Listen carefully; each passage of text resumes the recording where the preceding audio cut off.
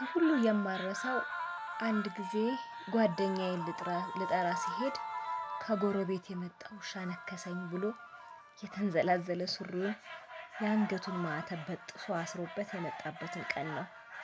ያን ቀን እናቴ ታዲያ የዋዛ አልነበረችምና አላመነችውም። አባቴም ዝም ማለቱ አላዋጣውምና ምን አይነት ውሻ ነው የነከሰህ? በመጀመሪያ ምን ልታደርግ በየሰፈሩ ትዞራለህ? ከቤት የወጣኸው ትምህርት ቤት ልትሄድ አልነበረም?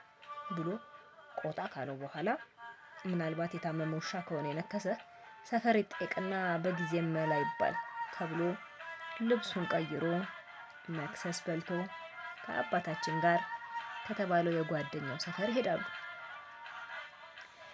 ወንድሜ ቀላል ልጅ አልነበረም። በዛ ላይ አጋጣሚው ጠቀመው። ከተባለው መንገድ አካባቢ ሲደርሱ ቆም ይልና ይኸውልህ አባ እዚህ ጋር ነው የመጣውና ያሯሯጠኝ። ከዛ በቃ እኔን ነክሶኝ ሲሮጥ መኪና ገጭቶት ነበር። አሁን ደግሞ ሬሳው የለም አንስተውት ይሆናል ብሎ አባቴም በቀላሉ ይሸውደዋል። አባቴም አይ ልጄ እንኳን የውሻ የሰው ሬሳ ቶሎ ይነሳል ብለህ ነው ብሎ በማፌዝ ፊቱን አዞረ። ተመልሰው ወደ ቤት መጡ።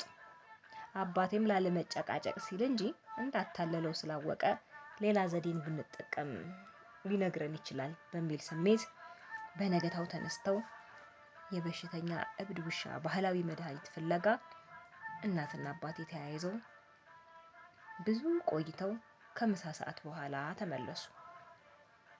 እሱንም ቁጭ አድርገው እየመከሩት ነገሩት። የነከሰህ ውሻ ከሆነ ይኸውልህ ይሄ የማርከሻ መድሃኒት ነው። ድንገት ውሻው በሽተኛ ሊሆን ስለሚችል መድሃኒት መውሰድ አለብህ።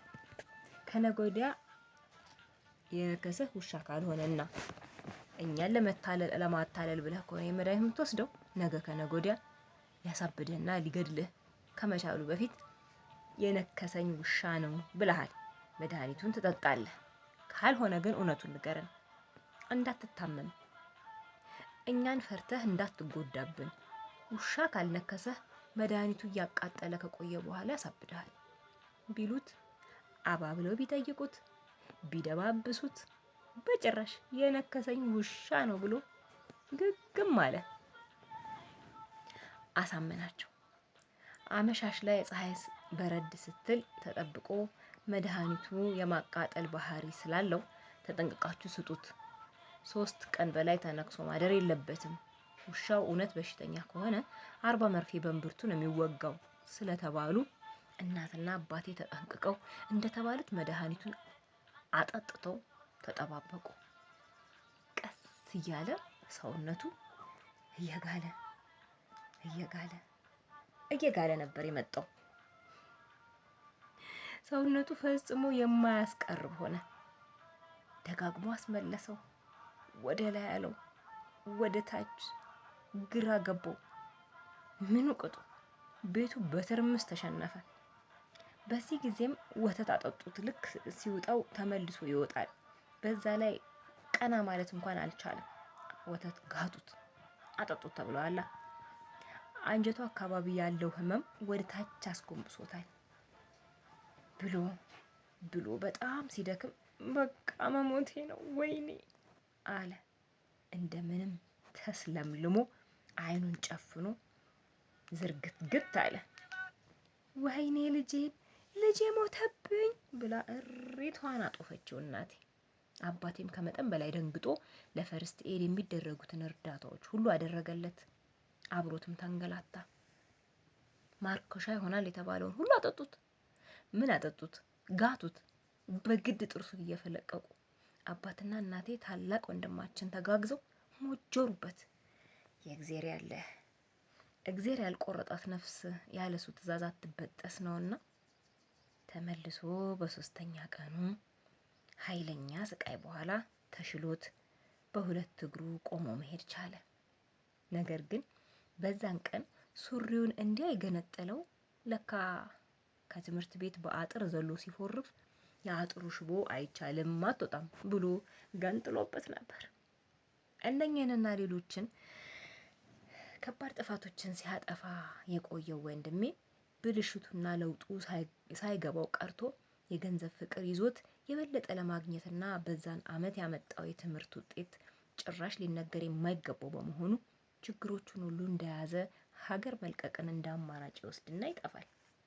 እነኚህንና ሌሎችን የህይወት ገጠመኞችን ፈተናዎቹን ሲያወጋልን አንድ ቀን ለረፍት ቢመጣ ቀኑ ስለማይበቃን ሌሊቱን ሁሉ እስከ ንጋት መቃረቢያ ድረስ እሱ ሲነግረን አንዴ ስንስቅ አንዴ ምን አንዴ ብዙ ጊዜ ስንላቀስ እኛም ወደፊት የሚገጥመንን ስለማናውቅ የሰው ልጅ ህይወት ለካስ መራራም ጣፋጭም ከዛም ዘለል ሲል ባዶ ናት እያልን ሁላችንም በተረዳነው መልክ ልባችንን በሐዘን ጥለን ከመንጋቱ በፊት ጋደም እንላለን።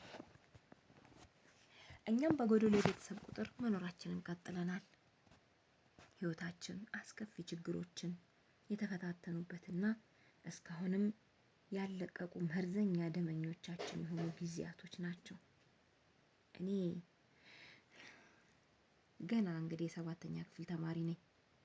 ባለ በሌላ አቅሜ ደብል መልትቼና በርትቼ በትንሽነቴ ነው 7ኛ ክፍል ልሆን የበቃሁት። የኔ ታላቅ ወንድም ደግሞ የ9ኛ ክፍል ከሱ በላይ ያለው አዲስ አበባ ሲሆን የቤታችን የመጀመሪያው ልጅ በወቅቱ የ11ኛ ክፍል ተማሪ ነበር። ችግር ይፈታተነን ይዟል።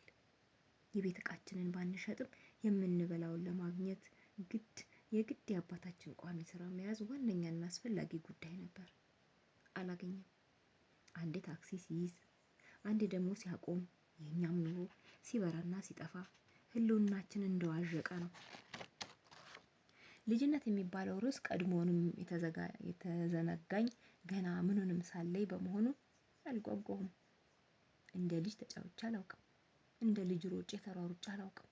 የሰፈር ጓደኛ ጉርብትና ልጆች አብሮ መቦረቅ፣ አፈር መፍጨት፣ ጭቃ ማብኳት የሚባሉ ታሪኮች በእኔ ውስጥ የሉም። ወንድሞቼ ግን በጥቂቱም ቢሆን የመጫወትና የመዝለሉን ጊዜ ያጣጣሙት ይመስለኛል።